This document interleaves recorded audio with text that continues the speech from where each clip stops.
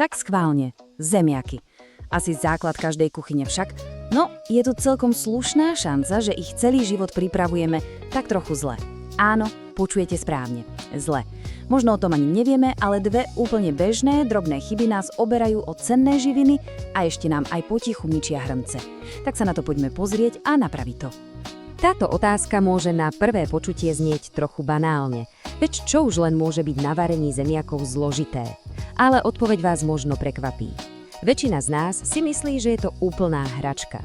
No práve v tejto každodennej rutine sa skrývajú zlozvyky, ktoré potichu znižujú výživovú hodnotu jedla a poškodzujú naše kuchynské vybavenie. A ruku na srdce, kto z nás to nerobí? Znie to predsa ako stelesnenie efektivity. Nakrájať zemiaky na malé kocky, aby sme ušetrili pár minút. Je to taký bežný kuchynský hack, že sa nad ním ani nezamýšľame. No a presne v tomto bode robíme prvú a dosť zásadnú chybu. Vítajte pri prvej chybe, ktorú môžeme pokojne nazvať vitamínový odtok. Tá naša snaha ušetriť 3 minúty varenia nás paradoxne stojí oveľa viac. Nielen, že si nepomáhame, ale aktívne ochudobňujeme jedlo o tie najdôležitejšie látky, ktoré nám zemiaky môžu ponúknuť. Ten princíp je v skutočnosti úplne jednoduchý. Čím menšie sú kúsky zemiakov, tým väčšia je ich celková plocha, ktorá je vystavená horúcej vode. No a tá voda sa v tomto prípade správa ako taká šponžia, ktorá z nich doslova vyperie to najcennejšie. Veda je tu skrátka neúprosná. Malé kocky znamenajú masívnu stratu živín. A teraz to najdôležitejšie, o čo presne prichádzame. Zabudnime na mýtus, že zemiaky sú len nejaké prázdne sacharidy. Vôbec nie. Sú plné vitamínu C, vitamínov skupiny B a kľúčových minerálov ako draslík alebo horčík. A v čom je problém?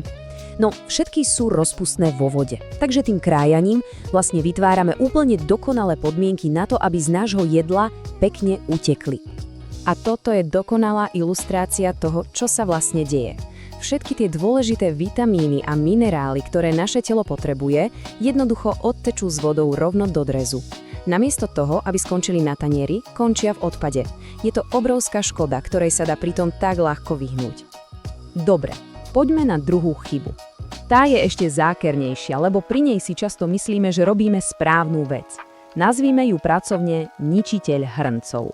A celé sa to točí okolo jedného jednoduchého kroku. Kedy solíme vodu. Je to detail, ktorý sa nás potichu snaží pripraviť o peniaze. Čo je na tomto naozaj zaujímavé, sú tie dôsledky. Keď nasypeme soľ do studenej vody, tá sa hneď rozpustí. Zrniečka si pekne sadnú na dno a tam začnú potichu pôsobiť. Časom to môže poškodiť nerez. Možno ste si už všimli také tie dúhové flaky, čo vyzerajú ako mapy a v horšom prípade dokonca aj bodovú hrdzu.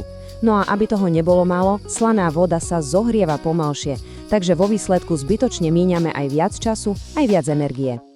Toto porovnanie hovorí za všetko. Naľavo, solenie studenej vody, výsledkom sú poškodené hrnce a plýtvanie energiou.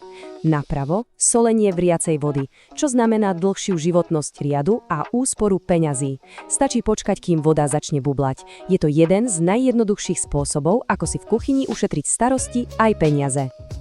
Dobre, chyby sme si rozobrali, takže teraz to najdôležitejšie – riešenia. Všetko sa dá zhrnúť do dvoch úplne jednoduchých zlatých pravidiel. Ak si ich zapamätáme, naše zemiaky budú odteraz vždy lepšie.